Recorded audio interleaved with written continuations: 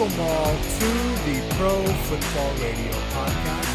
This is your co-host, Jay Chima, with the pride and joy of Merrimack, New Hampshire, the Puma, and the Pro Football Radio senior contributor, Eric Burgess. The Burge fellas, welcome in to Podcast 71. Woo! New little recording schedule coming at you live right before Rams Pats. I know Burge is frothing to get into his team today. Oh yeah, Burge, how was Happy Land today, or Happy Land the last couple of days? And tell us your thoughts on this game. Well, I am pumped for this game. I just got done working 3 overnight shifts, man. And I know we'll get into it in a little bit, but these overnight shifts dragged. And let's just say this pod, recording, and the game tonight is what got me through the week. There you go. Look at that. All right, so as the boys mentioned, we're essentially going to be talking about the Patriots taking on the Rams tonight. Give you guys an update on the state of affairs for the Patriots. We'll talk about the Giants and their 4-game win streak. And then we'll jump into some game previews. We'll preview Minnesota versus Tampa Bay. We'll do Pittsburgh versus Buffalo and Baltimore versus Cleveland. And then additionally, we're going to go ahead and give you guys our Take Us to the Bank parlay and some fantasy bullets with Bird. So do you guys ready to get into this? Let's do Let's it. go. Awesome. So Puma, you said you wanted to talk about the Giants. What's on your mind, sir? I just think that the Giants, they really have hit it with the Joe Judge hire. And I know that hire at the beginning of the offseason was kind of panned by a lot of people, especially, people in the region. Jay, I know you had some thoughts on them going after Joe Judge as the head coach. But, I mean, we're going into week 14 right now. This team has really, they've bought into everything that Joe Judge has been selling to the organization, to the locker room. They've been playing hard in every single game this season, short of the 49ers game where I think they lost like 31-9. But beyond that, I mean, they were playing teams super hard. They took it to the limit with Tampa Bay. They've been extremely competitive in these games. The defense is finally starting to come around, and the offensive line, I don't know if it's really because he fired Mark Colombo, and depending on who you follow on Twitter, he may or may not have gotten into fisticuffs with the guy in his office. But, I mean, when was the last time anybody has said that the New York Giants have had a functional offensive line? I think you would have to go back a decade to even find any semblance of somebody being excited about this offensive line. They're getting pushed. Wayne Gallman is balling out of his freaking mind right now. And I was a Joe Judge believer. I even rewatched his press conference Monday, his introductory press conference at the hire. And, call it a little bit of bias because I worked in the education field for about 7 years. But, going back and listening to his speech and talking about, we're going to attack this as, almost like an educator kind of deal. We're going to cater to these players in different ways and how some people are going to respond better to old school lecture while some people actually have to get hands-on and do things. And you're seeing it in the product right now. I mean, it'd be nice if Evan Ingram could be the tight end that we all thought he was going to be coming out of Ole Miss.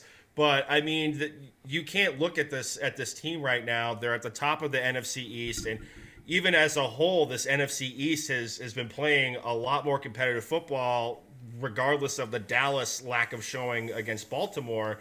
But, I mean, you have Washington and the Giants tied at 5-7, and with how these guys are playing, they do have an outside chance of one of these guys, if they don't win the division, could possibly make a run and be a wild card team. So I really like what Joe Judge is doing. I'm buying into what Joe Judge is selling to this organization, and this is something that Giants fans have needed for a very, very long time.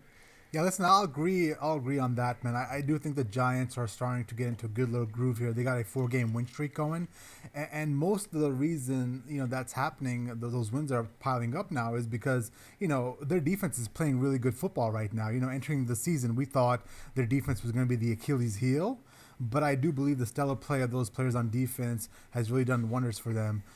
Players, they brought in such as Logan Ryan and James Bradbury and Blake Martinez. I mean, these guys are starting to essentially show their worth, right? Even Jabril Peppers is having a hell of a run here. Leonard Williams too. That Leonard trade Williams, was panned big time last year. Now he's gonna be getting paid in the offseason. Yeah, and you could see this building, man. You could see it building the last 2 or 3 weeks. They took the Buccaneers to the wire, and then they all kind of came to a crescendo when they totally suffocated the Seattle Seahawks over the last weekend on Sunday. But I'm not getting that far ahead of myself. I just find it funny that a 5-7 team, especially in that division with how bad it is getting all this love now all of a sudden.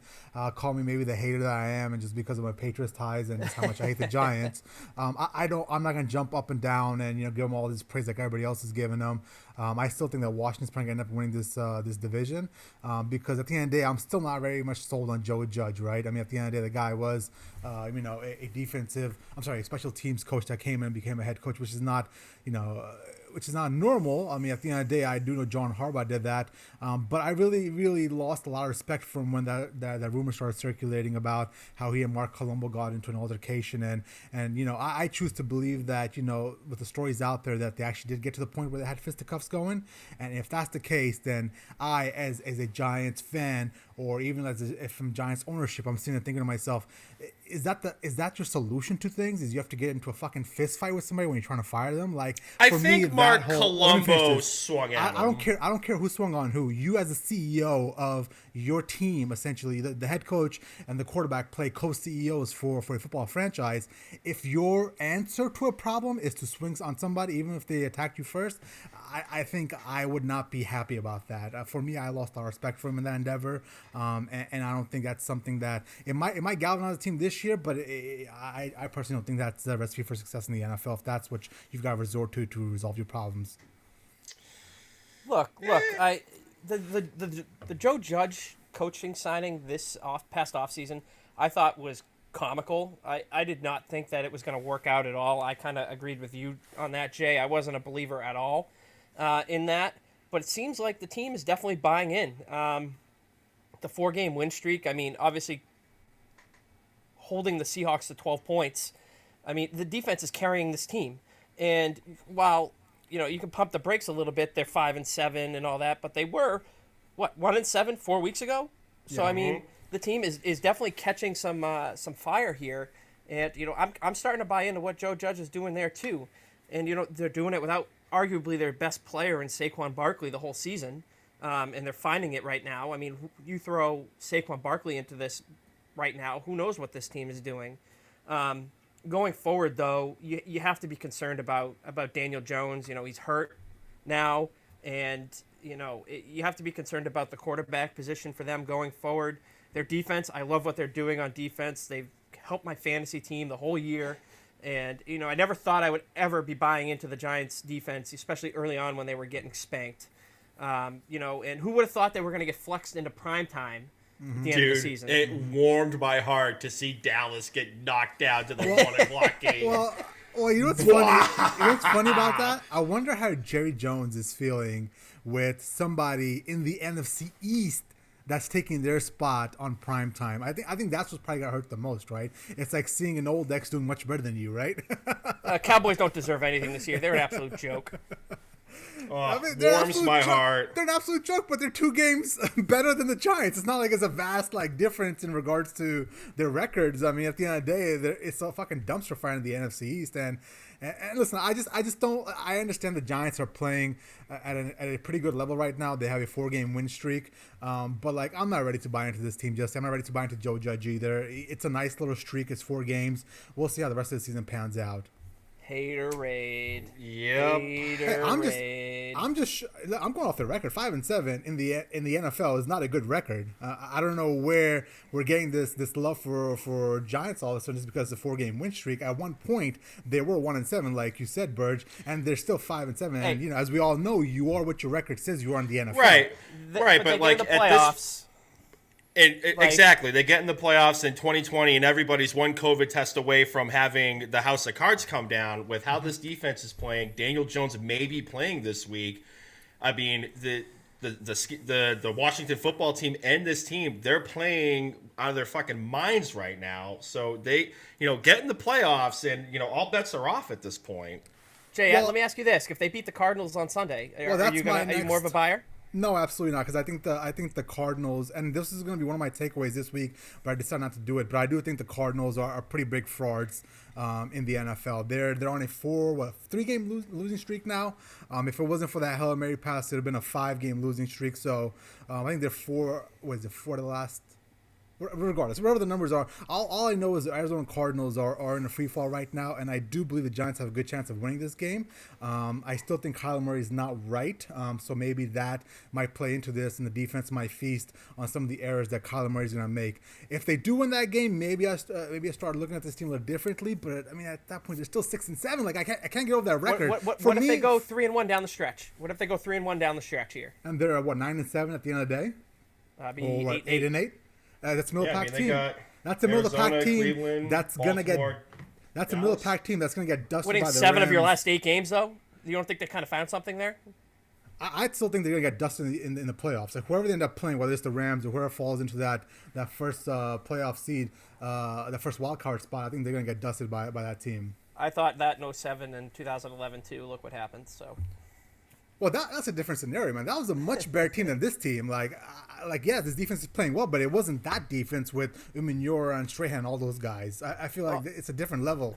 My point is, it's whoever gets hot at the end of the year can make a run to the Super Bowl in the NFL. If they're hot going into the playoffs, you're talking about 1 game, 3 consecutive weeks to get to the Super Bowl. They can do it. And, I'm not going to write it off. I'm not saying they're going to do it, but I'm not going to write them off saying that it's absolutely no chance. Yeah. Yeah, well, listen, in my mind, there's no chance, but obviously we'll see how that plays out. Puma, who do you think is going to end up winning that Cardinals-Giants game? I don't think we got your take on that yet. Oh, I got the Giants going in this game. I mean, it's at MetLife. I think the forecast is calling for what December weather should be, and cold and windy, and there's still a lot of question marks about Kyler Murray's shoulder. This defense is playing out of their mind. Daniel Jones may be back. The Cardinals side of things. Kenyon Drake was limited in practice. Larry Fitzgerald, I think, just came off the COVID list. Isaiah Simmons missed practice. They're kind of the walking wounded right now. So I'll take the Giants, and they're kind of one of my best bets this week as well too. All right, cool. Any final thoughts for you, Burge, on this game before we move on? No, I'm with Puma on this. Everything he said, I'll echo it. I think the Giants can pull this one out. So. All right, now let's get to the main crux of the podcast. Let's go. The Patriots talk. Here we go. The 6-6 Patriots are taking on the 8-4 Los Angeles Rams in about 4 hours from now. We, as Patriots fans, both myself and Burge, are super excited what we saw from them coming off this victory against the Chargers this past week, 45-0, a good dominating win. Burge, what did you see out of that win that you liked, and what are you looking for tonight? Well, I'll say this, going back to last Sunday, I did not expect this Patriots team to blow any team out this year. If there was any team that I thought they were going to do it against, it was the New York Jets, and let's just be honest, they almost lost that game. You say what you want about the Chargers. They have a lot of talent on their team, but their coaching staff is absolutely atrocious. I kind of felt bad for Herbert, watching Justin Herbert out there, because I'm a big believer in him. I'm buying him hard for the next 10 years. Same. Out there in LA.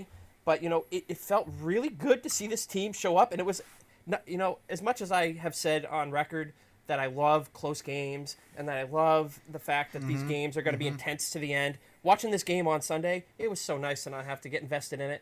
And dude, it felt like our old Patriots. For a quick second, you kind of get lost in the score in the game a little bit. You're like, oh shit, when you look down, we're 38-0. It felt like it was the olden days, right? Where we just kind of blow teams down and steamroll them.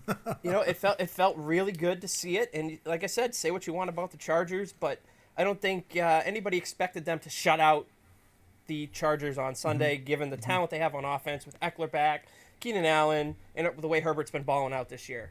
Yeah. All 3 facets of the game for the Patriots worked. And, we'll start with the defense and the special teams. Obviously, special teams was huge with the blocked field goal return for a touchdown, the Olszewski punt return for a touchdown. It all looked good. That being said, the passing game still really concerns me going forward. And the fact that Jarrett Stidham came in garbage time and almost outthrew. Yeah, I know. Outthrew Cam Newton. What? He threw what? How many passes? 60-some yards as well. He was like 67, 69. 61 passing yards for Stidham on 2 and attempts. 69 for Newton. Now one of those attempts was like a little dump off that went like 40 yards or whatever it was. Yeah, but still, I mean, I liked what I saw out of Jarrett Stidham. I was finally nice to see him go into an environment that wasn't, a lost cause at that point. I mean, it was nice to see him get out there and throw the ball. I mean, he looked really good throwing the ball in the 3 attempts that he had, with the touchdown out there at the end of the game. Obviously, the rushing attack is still what it is. I mean, 165 yards on the ground between Damian Harris, Cam Newton, and Sony Michel, which that's a whole other thing. But it was nice to see. It was just nice to see. I just have concerns again about the passing game going forward because it was another lackluster performance from the passing game. Basically, 2 weeks in a row, you're looking at 150 yards combined in those 2 games. Yeah. So that's a little concerning, especially tonight going up against the Rams defense. So, I mean, listen, I think you hit it all in the head there now. I'm not going to go through all that again. But listen, it was good to see them play great complementary football. I mean, all 3 phases of the game, they're playing really, really well. And this is the first time that I saw a defense assert their dominance on an opposing quarterback that I have a lot of respect for. I think we all do. I also have a lot of respect for that Chargers offense in general. Obviously, the Chargers have their issues with the coaching staff and the special teams and blah, blah. But I do have a lot of respect for that offense. And the fact that you made Justin Herbert look that confused, like he at one point didn't have any idea where the blitz was coming from at all. He had no idea where it's coming from. And Justin Herbert statistically is like number 1, number 2 against the blitz throughout the year. So that was good to see, right? But just like you said, man, is this sustainable? The way we're winning, I don't know. Maybe we'll have to see. But the fact that they rely on their passing attack, they don't rely on their passing attack at all to win games is a little bit concerning, especially in the day and age we are today, right? 69 yards again for Cam Newton. All I want is a 100-yard passing game from somebody. I don't know if that's too much to ask from this team. We had this conversation last week, but it seems like it might be. And so, with putting all the good stuff aside, I'm still not happy with not seeing the improvement that I want on offense. Now, going forward, it's a must win. It's a must win out for us to get into the playoffs, right? Isn't it? I think the percentage is, if we win out, it's like a 12% chance that we get in, or whatever the numbers are that break down to. So it's not good, but obviously, first things first, we've got to win out. And looking to this game tonight, I think the things I'm going to watch out for is, can the Rams essentially, the real question for me is, are the Rams better equipped to handle the 6-man front that caused them so much troubles in the Super Bowl from 2 years ago, right? 2 years ago, we had Hightower on those boys getting after Jared Goff, and we put a lot of pressure on that offense with our 6-man front. Is that something we can replicate tonight? And if we can, I think we'll have a good chance of winning. But if not, then I think this is going to be a long night for us. For me, it's the offensive side of the Patriots versus the defense of the Rams tonight. Are they going to be able to move the ball? Establish the run early and get push up front. Which I feel confident in the Patriots' offensive line going into this game, but they are facing Aaron Donald out there, and But I think with our attack and how we run the ball, we're not asking Cam Newton to get back there and essentially wait for 3 seconds before he throws the football. So Donald can't get back there and sack him. And generally speaking, Donald, yes, he is good at run defense as well. But obviously his key is pass rushing, right? So I think the way we play and the style that we're going to play tonight is going to negate some of that pass rushing abilities. Very well could. And at the end of the day, when they do ask Cam Newton to pass, it's going to be protecting the football, and they can't turn the ball over. It's going to be an adventure, and I mean, they just can't turn the ball over. Yeah, and I mean, like to piggyback on that, like that's the style of play for New England right now. I mean, that's going to work when they're in the driver's seat. But the big difference for the Rams compared to a couple of years ago in the Super Bowl is now they have Cooper Kupp back. Like, Cooper Kupp wasn't in that Super Bowl, and I think this offense is a lot better suited when Cooper Kupp and Robert Woods are going. I love those 2 guys in this spot tonight against the Pats, and I think we're going to see those 2 guys at their finest getting in space, and I think we can all agree here that Sean McVay is a better head coach than Anthony Lynn for the Chargers, and I think the coaching is going to be vastly different. I think these guys are going to be put in positions to succeed. And I know Jalen Ramsey is more of like is a shutdown kind of corner, but there really isn't a wide receiver threat on this team. Yeah, I guess you could say like Damiere Byrd and Jacoby Myers. But like, I mean, with all that being said, like I don't think it's that far beyond the realm of possibility that Sean McVay and company try to throw a wrinkle in things. And hey, like we'll have Jalen Ramsey do a corner blitz off the edge. Like I mean that I wouldn't know what to do if I'm Cam Newton. I'm not used to seeing him do anything. In blitz packages and whatnot. So, I mean, I like the Rams in this game. I think the defense is still going to roll for the Rams. New England last week was averaging 4.4 yards per play. The game prior against Arizona, it was like 3.6. I think this defense is going to roll. I know Jared Goff is Jekyll and Hyde, but I think we're going to get another kind of a decent performance out of Jared Goff, and he seems to like playing on Thursday Night Football. 114 passer rating over his career on Thursday night. Give me the Rams. The point spread, it actually got betted down by a lot. It opened at 6. It's now down to 4.5. I'm laying the points with the Rams at 4.5, and the over-unders at 45. I kind of like the under in this game as well, too. Haterade. I mean, okay. So, like, what are you gonna do? What are you gonna do when you're down 2 scores and your quarterback can't hit the 80 pass yard mark? For like, I mean, what are you going to do? Listen, like, we're just gonna run the ball 30 more times and just shorten the game, and so we can leave Los Angeles? Like, no, Puma, if they get down, they're not gonna win. No, you have a valid point. I made this point last week, right? Like, you can't just go into a game and say we're gonna run it 85% of the time. Like at some point you've got to keep the defense honest by just, a little bit of a passing attack. I'm not asking for a lot. I'm not asking for 150 yards or 115, just like 100 yards. Like if we can get to that, I think that would help us quite a bit in opening up the running attack. I think that's going to happen. I do think we're going to be able to move the ball a little bit. Hopefully. I mean, it's just wishful thinking. I don't have any proof or evidence to back that up with over the last couple of weeks from the Patriots that I've seen. But I do think we're going to be able to move the ball a little better through the year today, and that's why I think I have this game as my take it to the bank game. I got the Patriots winning 24-21 over the Rams, and I would take the points at 4.5 for the Patriots. Final thoughts for me. I think Bill Belichick is going to scheme this defense up to basically confuse Jared Goff, just like they confused Justin Herbert. Obviously, Jared Goff's more of a veteran than Herbert is, but we saw it in the Super Bowl. He couldn't move the ball at all. And yes, Cooper Kupp is going to be back tonight. I have faith that the passing attack is going to be somewhat neutralized by the Patriots defense. The Rams can't figure out who's going to run the ball, whether it's Cam Akers, Darrell Henderson, or Malcolm Brown. Give me the Patriots tonight just because they need it, and I want them to win. I would agree with you, Puma. I like the under in this game. I think it's going to be a low-scoring game. And give me the Patriots 21-17. Close game down to the end. Yeah, and last question before we move off this topic is if the Patriots lose tonight, is the season over? Well, is this their season tonight? I think their season is every game. If they don't win, I mean, they're not going to be mathematically eliminated, but it's almost like close almost close to it. I mean, they need a lot of help. They had that great win on Sunday. They got zero help. Thank you, Jets. Thank you, the Jets. Thank you, Deshaun Watson, for fumbling the snap. Actually, it was a bad snap. I won't put it completely on him. Yeah, that's not on Watson. That's on the center. Yep. And then thank you, Dallas, for laying an egg against Baltimore. I mean, they needed 3 teams to lose. They didn't get any one of them. So they need to keep pace. They need to keep winning. And, for me, the realistic path is they need to win out. I won't write them off completely until they're mathematically eliminated. But I will say if Cam Newton again struggles tonight, the Patriots lose, I'll probably be calling for Jarrett Stidham next week. Yeah, I feel you on that. All right, let's move on to the Minnesota Vikings at 6-6, taking on the Tampa Bay Buccaneers at 7-5.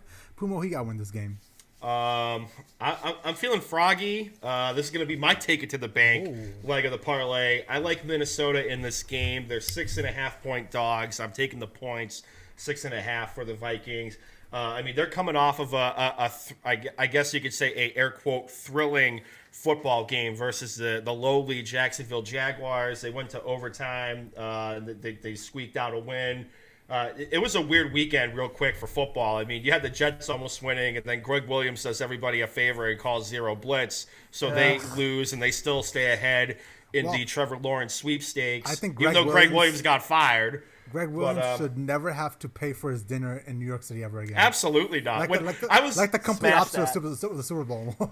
Like, I was listening to New York sports radio, and everybody was like, man, why would you do that? Why would you call cover zero? And it's like you want to lose at this point. Like, this is what it is. Like, I would be having a parade down the Canyon of Heroes with Greg Williams and his one little gray hair that's kind of like the curly thing in the front of his head as the grand marshal of that parade when Trevor Lawrence comes to town. So, like you said, Jay, he shouldn't have to buy a drink or dinner for the rest of his life in New York. But, I mean, real quick, they're coming off of a win versus Jacksonville. Dalvin Cook, 32 carries, 120 yards, 6 receptions for 59 yards. He didn't find the end zone. I think that's going to change this week. Justin Jefferson, to me, I think he's the offensive rookie of the year at this point. Nine receptions, 121 yards, and a touchdown in that game. Right now for the season, he hit the 1,000-yard receiving mark, 1,039 yards, fourth highest in the NFL. Adam Thielen off his first game back from the COVID list, 8 receptions, 75 yards, and a touchdown. I think this is going to be a high-scoring game because Minnesota, they're 23rd on total defense. Tampa Bay's coming off of a bye. I want to see what this Buccaneers offense looks like coming out of the bye, seeing if there was any concessions made for the offense. Are they going to incorporate more of Tom Brady's kind of ideas to the offense? Are they still going to stick with the no risk it, no biscuit kind of deal? The only thing that kind of scares me is the defense for Tampa Bay. I mean, they were getting dialed up and gassed a couple of times going into this bye. I kind of want to see how they look. I think they'll be able to get some push against the Minnesota Vikings offensive line. I think JPP and Sue would get at least a sack apiece in their stat sheet this week. But I like Minnesota. I'm taking the points. The over-under is at 51.5. The over is not my best bet, but I like the over in this game. But give me the Vikings. Nice. Bro, you got to win this game. I'm going to echo a lot of what Puma said here. The Vikings, they're coming off a win, albeit it was a little scary for them going overtime against the Jaguars. They're fighting for their playoff lives here. I mean, it looks like they're only one game ahead of the NFC East teams. The Bears and the Lions are also making noise in that division. They're only one game back of the Vikings. I've been kind of selling on Tampa Bay all year. Call me a hater, Jay, if you want to, but no, listen, hey, you got to be right to, man, especially with how they played the last few weeks. I don't have faith that coaching staff will do it, do what they need to do to win. I mean, Brady hasn't really looked great at all throwing the ball deep, and they seem to keep going back to it down there in Tampa Bay. The Vikings, I love me some Justin Jefferson. I agree. Offensive Rookie of the Year. He's been great. Been great for my fantasy team this year. It was nice pickup in the rookie draft. But both teams have to win this game, and I mean the Buccaneers are flirting with missing the playoffs if they lose this game. So I think it's going to be a close game. What did you say the points were again? There, 6.5. If I'm betting Vikings here. I think it's going to be close, but I like Minnesota to win outright. That's a massive number, man. I did not think this number was going to be 6.5. That seems off. Like I was. Take that, man. Take that. I took the 6.5 points, and real quick, Jay, before you chime in, Evans missed practice today with the hamstring injury. He was limited yesterday with the same kind of deal. Godwin was limited yesterday. I believe he had pins removed from his hands, but it looks like he might be able to play Sunday. But Evans isn't trending in the right direction right now to play on Sunday. So that's definitely something to watch. Well, listen, I think I'm the biggest Tom Brady, fan on this podcast, and not true. I mean, oh, here we go. Here we go. We don't have time to get. Who's got the tattoo of Brady on their ass? I have more than one. But But I do have some serious concerns about this Buccaneers team, and you can see there'll be times in a drive that Tom Brady has control of the offense and he's running what he wants to run. And then you can see a bullshit throw down the field call come in where he's forcing the ball way downfield and throwing an interception, right? There needs to be some sort of meshing of the offenses, of the philosophies. I still cannot believe we're, 13 weeks into the NFL season and they're still trying to figure out what the identity is. I think that is the most concerning thing for me because at this point, you've got to know what your identity is. We just talked about the Patriots and they know what their identity is. They're going to run the hell out of the ball. It's going to be power run, and they're even going to power run with the quarterback as well. But they know who they are. Unfortunately, Tampa Bay, they don't, right? Hopefully, this bye week, came and they took some time and they sat down and tried to figure it out. But I am concerned that the Buccaneers might not make the playoffs because these next 4 games, they're not going to be easy. I know we all joke about the Falcons. They're like, 4-2 over the last 6 weeks? I mean, we've got the Buccaneers got the Falcons twice. They've got the Minnesota Vikings, and I forget who the other team is. But Lions. I mean, listen, those are not easy layup games, right? So on the other end, I do see the Minnesota Vikings being able to come in and maybe run the ball effectively on the Tampa Bay Buccaneers defense. I mean, we've talked about it ad nauseum. That defense for the Buccaneers is reeling right now. They've had some really bad performances, and I can see Kirk Cousins coming off the play action and gashing them deep downfield because of how bad the secondary is for the Buccaneers. Now, I'm simply gonna go ahead and pick the game with my heart and pick Tom Brady and the Buccaneers, but I would not be shocked one bit if the Vikings won this game. Look, I've been saying this from the beginning of the season that the coaching staff is going to be the downfall of this Buccaneers team. Mm-hmm. It would be nice to see Tom Brady playing with a legit coach again had he come back to New England. But that's a whole other story. I think the coaching staff, unless they figured it out on their bye week, which they haven't.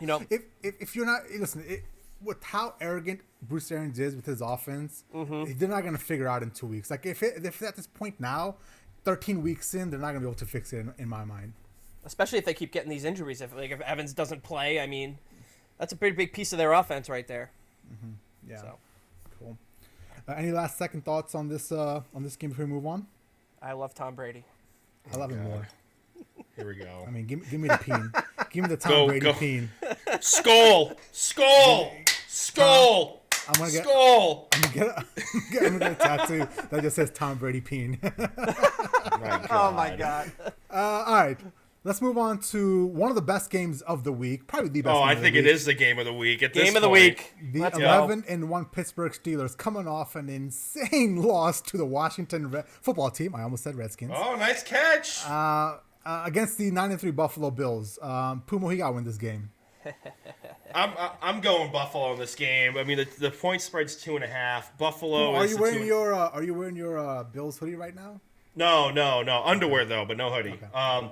So Buffalo 2.5 point favorites, over unders at 46. But I mean, this is a rematch from last year. Buffalo went up to Pittsburgh. It's so weird. Like when you go back and look at highlights and you see fans in the stands, I really don't know what to do. It's like a relic from a former era. But they played last year. Buffalo won 17-10. But Buffalo's hitting on all cylinders right now. I mean, if this is what the offense can look like, moving forward with, Josh Allen airing it out for almost 400 yards and 4 touchdowns, was actually smart with the ball, didn't turn it over, didn't put it on the ground. This offense is going to be something to watch moving forward, especially going into the playoffs. The defense, they have been getting whipped around a bit prior to the bye week, but they're coming on strong. They just activated Matt Milano off of the injured reserve list prior to the 49ers game, and this defense looks to be on an upward trend, especially with Milano back playing opposite of Tremaine Edmonds, who I like coming out of the draft a few years ago. I think we saw the blueprint of how to kind of beat the Pittsburgh Steelers, and that's be the bully and play physical football and kind of just play aggressive on defense and press man. And, I mean, we saw it on Monday. Well, some people didn't because of broadcast rights, but, I mean, the Steelers had 8 drops in that game. They had 9 drops the game before. And, I mean, I said at one point on Twitter, Ebron is French for stone hands. I mean, he kept dropping everything because he was already anticipating contact because the Washington football team was just playing super aggressive and press man at times and just getting in these people's faces. Juju Smith-Schuster was neutered in the pass catching area of things. This offense is kind of on tilt for the Steelers right now. James Conner's coming back off the COVID list. Thank God Benny Snell had me sweating out a fantasy football game.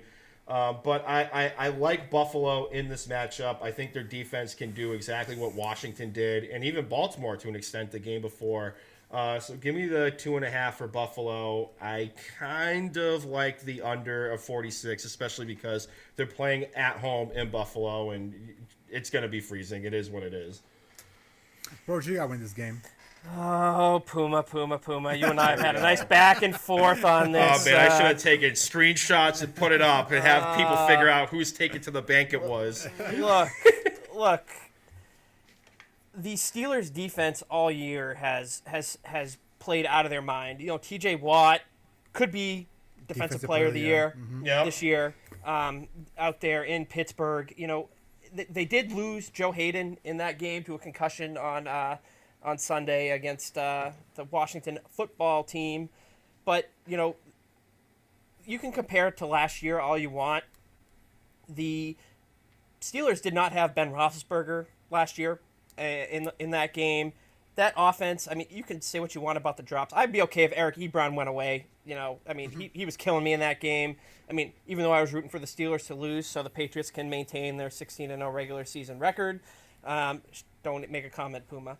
But I mean, we won the championship. We saw the mission through. But anywho, we could debate that all you want. But here we go. No, anyways, look. Marquee Morris has broken his hip celebrating that. No. Larry Zonka went over with the whiskey. It's fine. Yeah. Well, look, the Steelers are going to get back Pouncey, center Pouncey, and James Conner back for this game, and you know they're getting healthier on offense. I love me some Deontay Johnson, Chase Claypool, and Juju out there.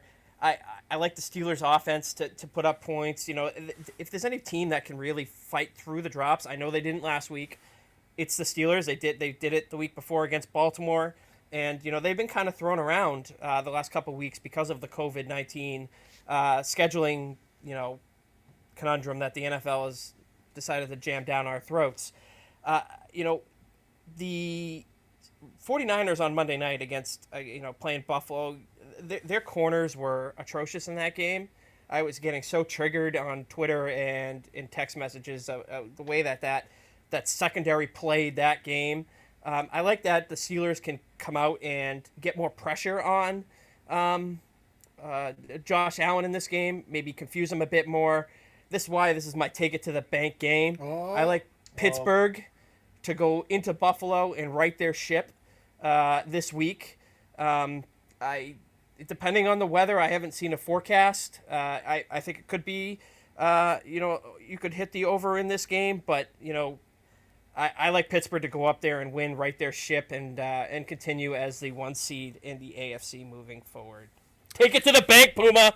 Oof. Yeah, okay. We're going to have fun on Sunday night going back and forth. But Steelers-wise, like they just added linebacker Vance Williams to the COVID reserve list. They're going to be without Robert Spillane. Devin Bush is out. I mean, I get it. It was last year. They didn't have a quarterback. But, like, for the most part, this defense has been the same. I don't know, Burge. Why aren't you calling it a shootout then? Only because of how bad the drops. It's gotten so bad with the drops in Pittsburgh that Mike Tomlin basically laid down the gauntlet in the press and said, "If you can't hold on to the football, we will replace you with people who will." And we are in week 14, and you have to come out and say that after having almost back-to-back games of 8+ drops in must-have-it winning situations. And, they're going to be going up to Buffalo. I guarantee you it's going to be at least 32 degrees for a high on Sunday night. And I just don't see them being able to hold on to the football. Is this a Sunday night game this week? Sunday night, Yep. 8:20. Oh man, NBC. oh Puma, oh It's gonna Puma. be fun times. I am logging off of work exactly at 6 o'clock and start pre-gaming so I can get juiced up to start talking shit in the group chat. We should all do like an Instagram live on the Pro Football Radio page and just talk shit during this game. Yes. I hate Yes. both of the teams in this game. I'm not a Pittsburgh Steelers fan, although Mr. Dan Bolio loves to chirp me about being a Steelers fan. For some reason, I had to give him a Dan shout just out needs to on go this. back underneath the bridge. No, troll. no. He loves trolling me on that, but I give it back to him. He actually convinced one of his buddies that I actually was a Steelers fan, based on my posts. But give me the Pittsburgh here, dude. We'll have a fun back and forth Sunday night. Yeah, it's I gonna look be a good forward time. to it. Well, listen, Burge, I would love nothing more than to, jump on that fuck the Bills bandwagon, which I always think anyways, fuck the Bills, because I hate them so much. But I can't see them. I'm sorry, I can't see the Steelers winning this game. I'm going to take the Bills to win this game, man. Because strictly on the eye test, Buffalo's, I think, playing better than Pittsburgh as of lately. I think Pittsburgh is kind of like the Patriots from last year, where they started out high, and kind of, you saw the chinks in the armor, and then they kind of unraveled. I think we might be at that spot for the Steelers. I do think that, you saw it coming the last couple of weeks that they weren't playing their best, and Mike Tomlin goes into press conference after the game and kind of says, we suck and all this other shit. So I can see them unraveling here, and that's why I'm going to go with the Bills here. I think it's going to be like a higher scoring game. I think there's going to be an aerial shootout. I think we're looking for maybe like a 34-31 win for the Bills in this game. I love being on an island. Bring it on. What is this, like Keanu Reeves in that gif where he's like facing all the samurai and he's just like the one guy out there taking the sword out of the sheath? All right, Burge. Let's go. Sunday night. Give me a reason to watch football on Sunday. Let's go. And then finally, the Monday Night Football game, we've got the 7-5 Baltimore Ravens taking on the 9-3 Cleveland Browns. Let that sink in for a second. I totally forgot these guys were 9-3. Brendan, who you got winning this game, man? I know. I'm gonna pick this team, and I think I actually bet Cleveland, and I'm probably gonna end up crying later. But I'm taking Cleveland to win this game. Mm-hmm. Cleveland's 1-point dogs. The over/under's at 56. But I really liked what I saw out of the Cleveland Browns offense on Sunday, and I know like the knock on the record is, oh well, they always turtle up when they face like a playoff caliber team on the regular season. All these wins are against like cupcake kind of teams, and I know like the defense started to give points back in the second half, but they absolutely boat raced the Tennessee Titans on Sunday. Baker Mayfield, he had 4 touchdowns in the first half, 25 of 33 for 334 yards. Jarvis Landry even threw a pass to him, and it was kind of funny seeing Baker Mayfield with like a little toe tap on the sideline. It was something to be seen. But I really like what they're doing. Did you see that catch he made? That was a beautiful catch. Mm-hmm. Right? I think he can go back to the huddle when a wide receiver drops a pass and be like, "You couldn't catch that, bro. You couldn't catch that? Did you see me? See what I did? I'm doing progressive commercials and toe tapping. Like, come on now, Tony Two Tap. But call me Two Tap.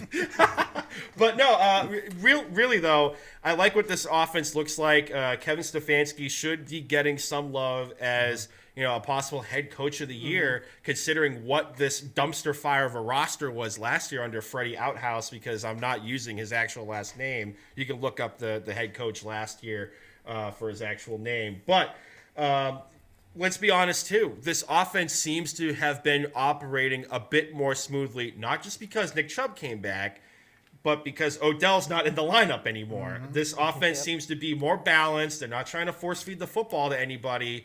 And I think this is going to continue to roll. Baltimore got a must-win against Dallas on Monday, but they're going to be going up against the Cleveland Browns defense where Myles Garrett's back, and he's great at stopping the run. He's one of the best pass rushers in the NFL.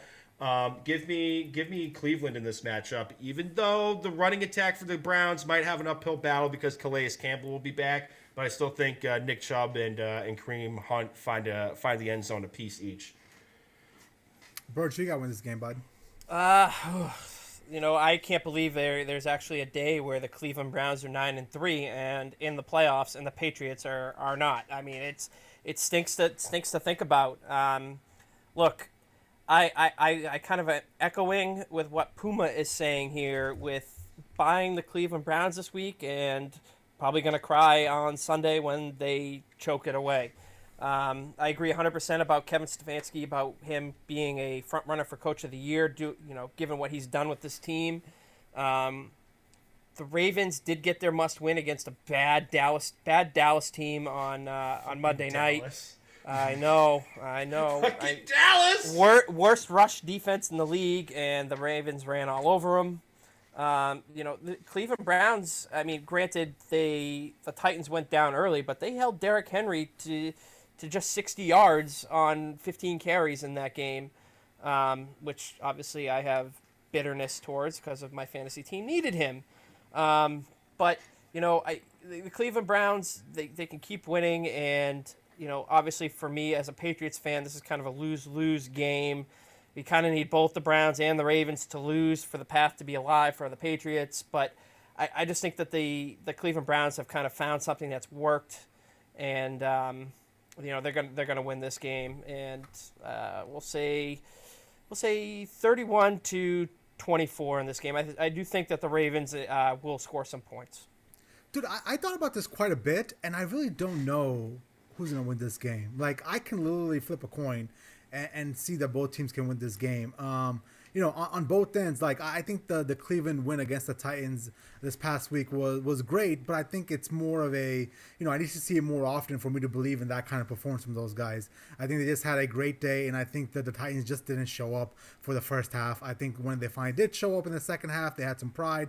They got some points on the board, and it was much closer, and it actually got closer towards the end of the game. But on the other end, I mean, the Ravens, man, I don't know what to make of them either. There's some weeks where they look horrific, some weeks where they look great. The one thing that's going to be key here is I do think that Ravens defense is going to put up quite the fight. I do think they're going to be able to negate some of that two-headed rushing attack from Kareem Hunt and Nick Chubb, and I think it's going to come down to Baker throwing the ball to win the game. And if Baker can replicate his first half performance from last week, then yeah, sure, I can see the Browns winning, but I really don't know, man. Like, this is one of those times where I'm just going to be like, I have no idea. Either team can win, and we'll see what happens Monday night.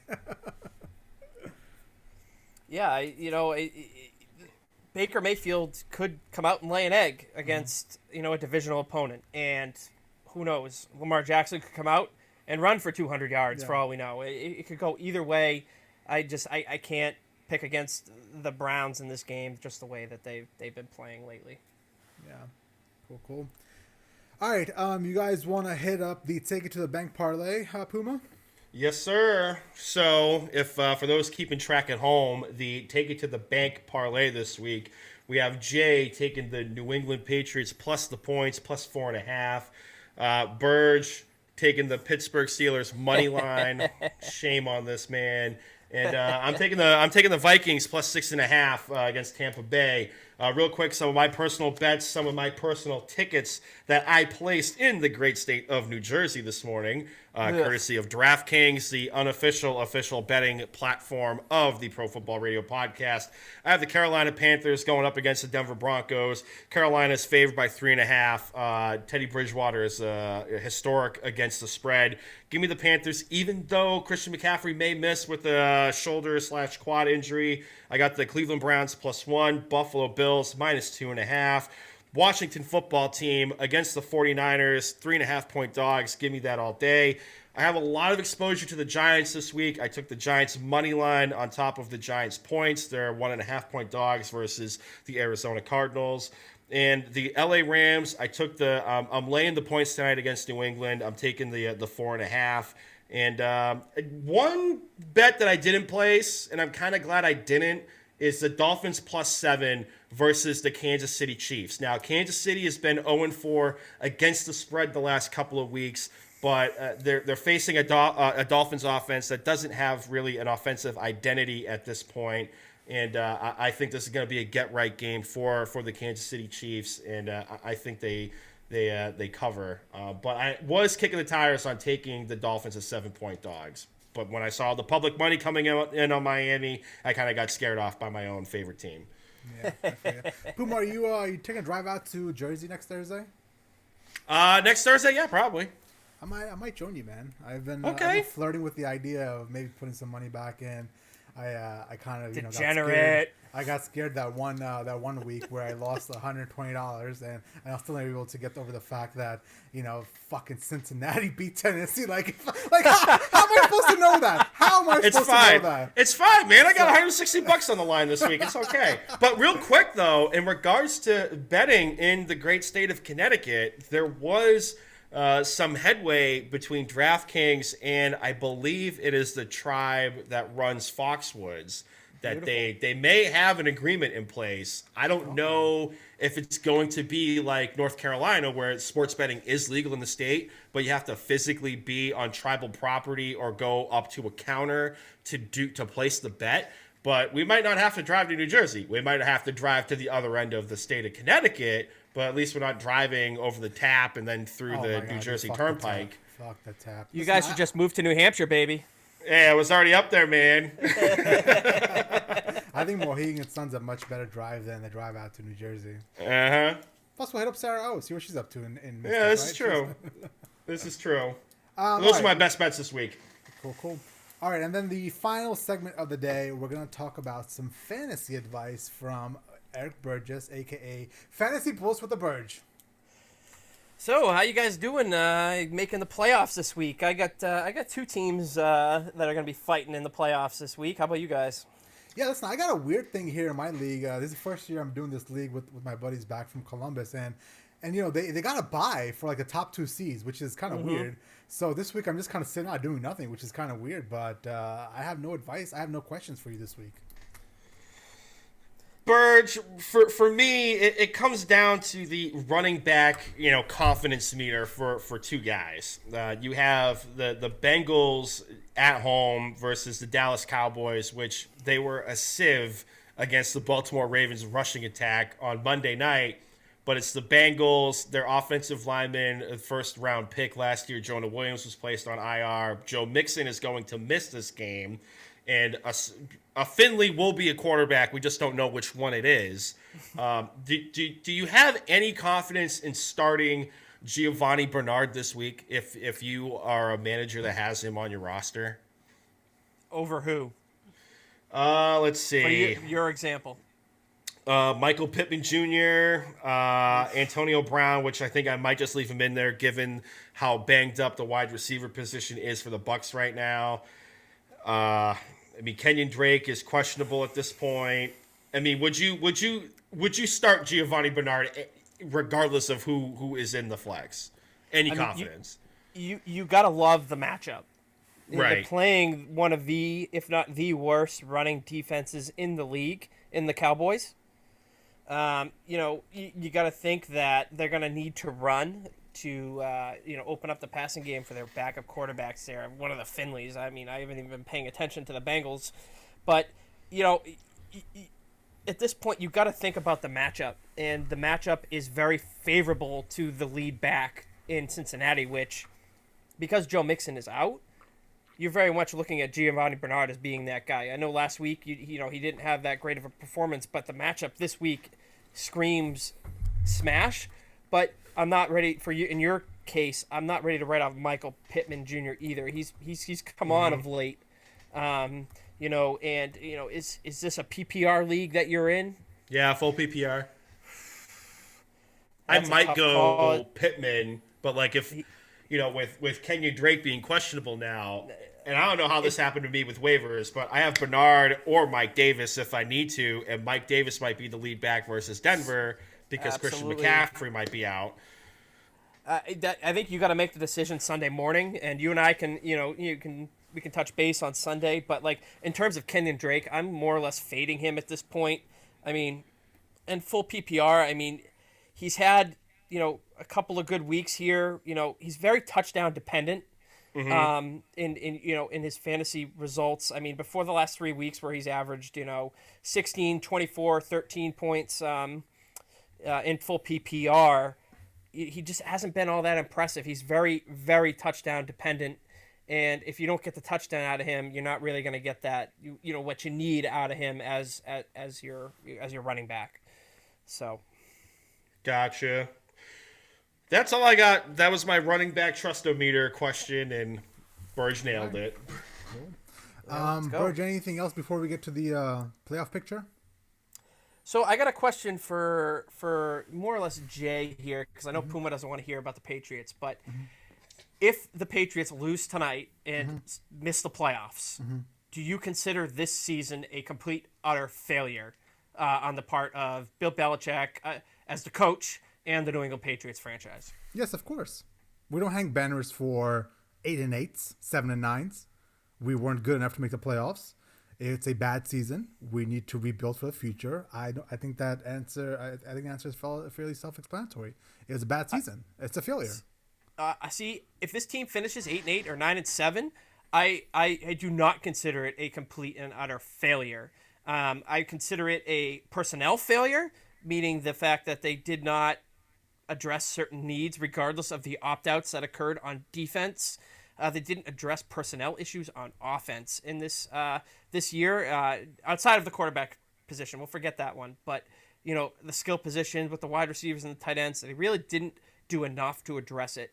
Now, that is a failure, but the fact that if this team, the way that, everything that they've battled this year with the opt-outs, the COVID issue early in the season, if this team is a 500 team or a 9 and 7 team, I have a hard time calling it a complete and utter failure. Yes, it is a disappointing result, but it is not a complete and utter failure. They maintained their culture of winning by not tanking, and I think that speaks volumes going forward for this team, and it would make me very excited for the offseason. Yeah, listen, man, I think speaking of the playoff picture, let me actually lay the foundation on that as well. So we've got in the AFC, we've got the Steelers at the number 1 seed because they got the tiebreaker over the Chiefs at 11-1. At number 2 seed, we've got the Chiefs at 11-1. We've got the Bills at 9-3. We've got the 4th seed, the Titans at 8-4. We've got the Browns as the first wild card team at 9-3. We've got the Dolphins at 8-4, and then the Colts as the final wild card spot at 8-4. And then the first 3 teams looking in, we've got the Raiders at 7-5, the Ravens at 7-5, and the Patriots at 6-6. I mean, listen, we are the 3rd team looking into the final playoff spot. We need for us to win out and still have only an 8% chance of getting into the playoffs. Even if the record is 9-7, I guess you can take a little small victory out of that. But what does it accomplish, right? At the end of the day, if you're 8-8, 7-9, great, you're a middle of the pack team now. I as a Patriots fan, don't get all excited about that. And in my eyes, anything less than making it to the playoffs and winning the Super Bowl is a failure, right? I mean, we're not gonna revert to those teams. We're not gonna revert to those teams like the Dolphins were, or I don't know, let's say the Chargers, who are happy that they got a quarterback and they're 3-7. But for us, for teams that are the blue bloods in the NFL, whether it's the Steelers or the Patriots, I mean, they're judged on their playoff performance and their Super Bowls, and I think that's the standard we have to uphold.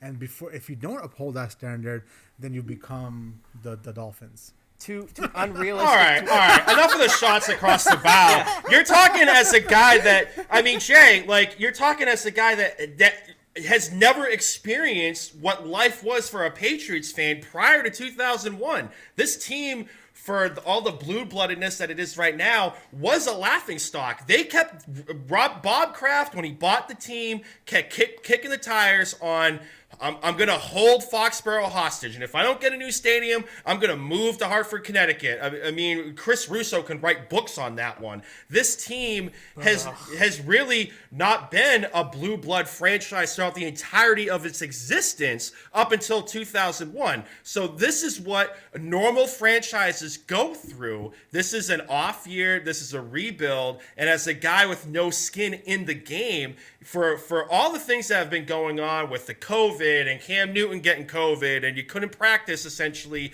live tackling, live practices for 2 weeks, they're finally starting to click a little bit. Even if they miss the playoffs or they finish 8-8, I think that is a small victory considering what 2020 has been overall throughout the entirety of the NFL. And I saw a stat on I think it was Monday. Yeah, on Monday when they were talking, it was the Steelers Washington game, and they showed the winning season record each year for Mike Tomlin since he's been a head coach, and he's only had 2 8-8 seasons.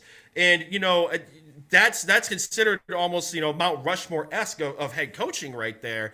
And I think even if Bill Belichick gets an 8-8 win season. I know it's not what New England Patriot fans are used to, but that should be a little bit of a notch in people's belt of considering the totality of the situation.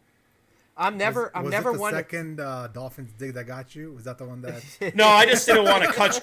No, I just didn't want to cut you off. But like, you keep bantering, and it's fine. It's fine. Like there are fans that haven't experienced what life was prior to Drew Bledsoe being drafted and only having Ben Coates to throw to, and kind of wasting key pieces on the defensive line at times prior to Bill Belichick and Tom Brady and Bob Kraft getting their marriage and magical run for 20 years like that. But that is what life was prior to 2001. So they're gonna have to rebuild. They're gonna have to retool, and I think this is gonna be the one off season where Bill is really not going to be in a position to trade down out of the first round to get draft picks. I think he is going to have to make a splash in the first round. And even if Cam Newton is the bridge guy, right? Like, you have to address key pieces on the defensive line at times, or the offensive line at this point, because Isaiah Wynn hasn't panned out, and the team's getting older. I think they're either the oldest or top 3 oldest teams in the NFL right now. And Julian Edelman's going to be a cap casualty in the offseason. So they're going to have to rebuild in free agency and in the draft. There's going to be a plethora of free agents out there because teams are in cap hell, and they're going to have to get under a salary cap that's expected to be lower than what it was last year. Look, real quick, final point on this. You have to understand, Jay, what we witnessed the last 20 years. I don't want to call it an anomaly because 20 years is not an anomaly, but it is a run that has never been seen before in the NFL. And it was a perfect marriage between the greatest quarterback and the greatest coach of all time. And, the fact that they lost the greatest the greatest player of all time this year, and they're still in the hunt for the playoffs and may not finish with a losing record is an absolute win for this team. And, it's got me excited for the future. You can say what you want about the quarterback position and how you want them to draft one high. I don't. I want them to address the other positions before they do that. And if they have to go to a game manager-esque type offense, I'm okay with that. That's what the Patriots were when they first started the dynasty. But Brady was a game manager the first couple of years here in New England, and it worked out, and the continuity but it was a different NFL. I mean, this NFL dictates that you must throw the ball at a very efficient rate to win in this NFL. Even teams that look at Alex Smith right now. You can be efficient. You can be efficient and not throw out all over the place. You can be efficient and not turn the ball over. When's the last time, listen, the way I see the NFL Nick Foles. The way I see but he threw the hell out of that ball. When he needed to throw the ball, he threw the ball. The way I see the NFL panning out is, even if you are a run-dominant team and you have a game manager, that's not good enough to win a Super Bowl. It's very rare for you to win the Super Bowl with that. When's the last time that actually happened, right? So I think that's where me and what my hard-headedness comes into play here is, at the end of the day, we were told for 20 years that Bill Belichick is the greatest coach of all time, and that's fine, he is. But unfortunately, his bad GM decision-making skills are really catching up to us now, man. Like, you look across on that roster, like, who are you excited about in the future that isn't on a one-year contract or like a Cam Newton type player? There's a few, but it's not enough for us to build a good core for the next 4 or 5 years as well. If Pete Carroll was here in New England this year, what would their record be? Maybe like a 4-8 or a 5-7?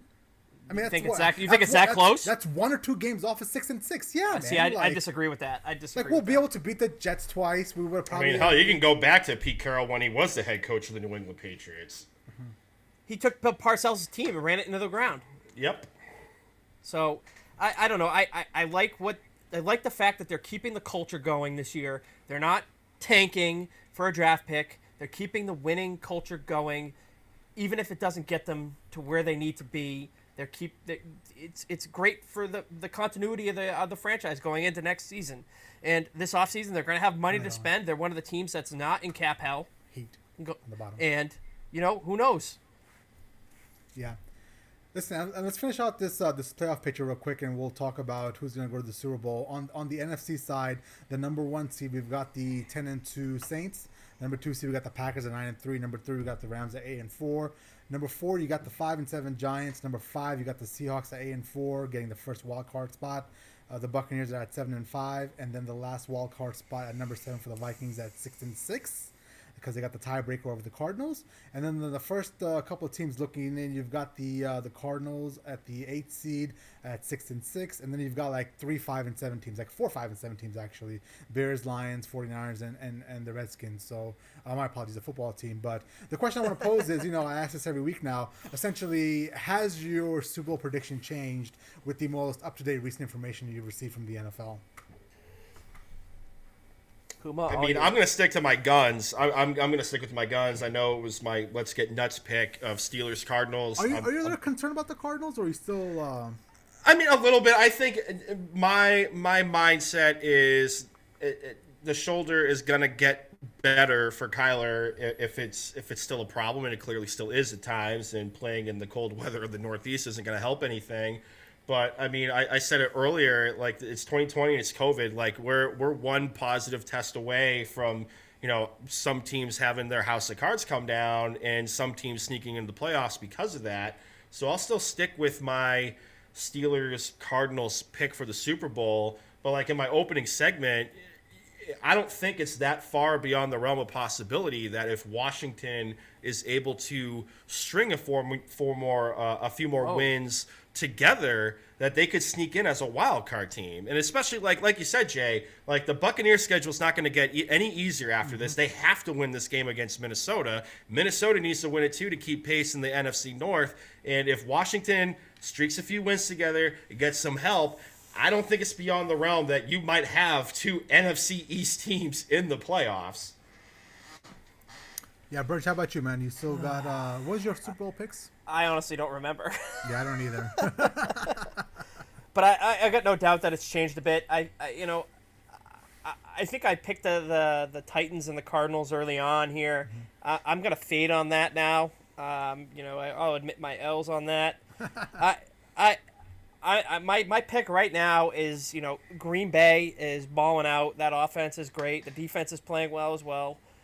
I like Green Bay to get there. And, we're going to get this marquee quarterback matchup that we wanted in New England for the longest time with Brady Rodgers. It's going to be the Packers and the Chiefs. Until the Chiefs show me otherwise that they're not going to be able to find a way to win games. I know that they're definitely vulnerable. There's no unflawed team in the NFL this year. And that on a Sunday they can win. Not to cut you off there, but I think with the Chiefs, I've been thinking about that quite a bit. And they seem vulnerable, sure, but I think it could be just a design of just how great they are, man. I think they're at that level now, and we've seen this as Patriots fans, where sometimes the regular season got boring for us, right? And, we're just waiting for the playoffs. Because I do believe when they won, they turn it on. It's like nobody in the AFC can match that. And I think that's what's happening with the Chiefs right now. And I'll agree to that. The Chiefs are going to go to the Super Bowl from the AFC, and from the NFC, I still got the Saints. I mean, their defense is just, that's what's carrying them the last 3 weeks with Drew Brees being out. I'm looking forward to seeing what the Eagles Saints game is going to be this week. I'm surprised nobody has brought up the whole Jalen Hurts thing yet, because I'm sure the Puma would be triggered on that. But no, 44 completion percentage. I'm just going to say that. I still think I'm gonna roll with the Saints and the Chiefs for now. Just real quick, final thought on the Chiefs. They can't go through another playoffs where they get down so much and find a way to come back. I think there are teams in the AFC this year that will capitalize on that. I mean, you look at what the Raiders have done to them. I mean, granted, look at what Denver did to them. Exactly. Exactly. I mean, Denver played bend but don't break defense. They kept everything in front of them.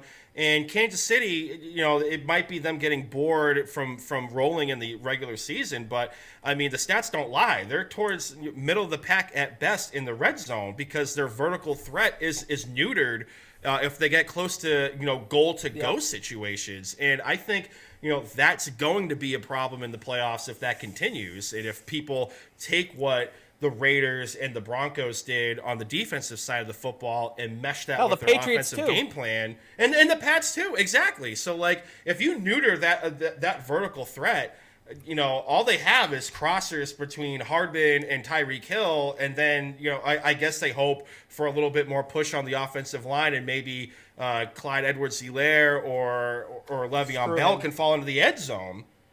Well, so what you're saying is don't take that Todd Bowles and Bruce Arians approach and let Tyreek Hill get 203 yards in the first quarter. Is what you're saying? No, play and that's what I don't understand. Is play everybody, keep everything in front of you. Look, Jesus. I could say this: if you could have the best game plan against the Chiefs and really be in it at the end, every coach, every quarterback needs to understand that they need to manage the clock at the end of the game to not allow Patrick Mahomes a chance to go down the field in a short period of time, because time and time again this guy shows it. You could, once I forget which game it was. It was probably the Raiders game, if I'm remembering right, where the Raiders went down the field, scored a touchdown. They left 1 minute and 40 seconds on the clock at the end of the game, and Patrick Mahomes went down like that, like butter through, like a knife through butter. Like you need to manage the clock and not allow that to happen. If that's a big game plan factor for any team facing them. Nice. All right, cool. Is that it? Do you guys want to get to anything else before we wrap up? Hot take: Buffalo upsets the Chiefs in the playoffs. Boom! If that happens, Buffalo upsets the Chiefs in the playoffs. Insert Jim Carrey vomit meme. Yep. Yeah. There we go. You heard it here first. A little bit of breaking news for the Patriots tonight. Patriots have activated tight end Devin Asiasi to the 53-man roster, and also placed tight end Ryan Izzo on injured reserve. Oh, wow. So we're actually going to be forced to see these guys. Let's go. So we're going to be forced to see Keane and Asiasi this tonight. So we'll see what happens with that. But without any further ado, Puma, you want to plug it up? Let's get the hell out of here. I got to get another beer and get ready for football. This episode and previous episodes of the Pro Football Radio Podcast can be found on Stitcher, Google Play, Google Podcasts, SoundCloud, Spotify, YouTube, under Pro Football Radio Podcast, social media, Facebook, Instagram, Pro Football Radio Podcast, Twitter at PFR Podcast. I'm on the Twitter machine, Brando_Puma. Jay Chima is at Jay Chima, and Burge is at Burge the Goalie. Like, subscribe, download, hit us up on social media. Tell us if our parlay sucks and if you lost money on it. Otherwise, last week. That thing got shredded to bits. But otherwise, enjoy a great weekend slate of football. Burge, I don't know if you're going back to the well with the rum and Coke. I'm going to be going back upstairs and having a Haze Ho New England-style IPA from Gray Sail Brewing and calling it a night. I'm going to stick with some high-quality H2O.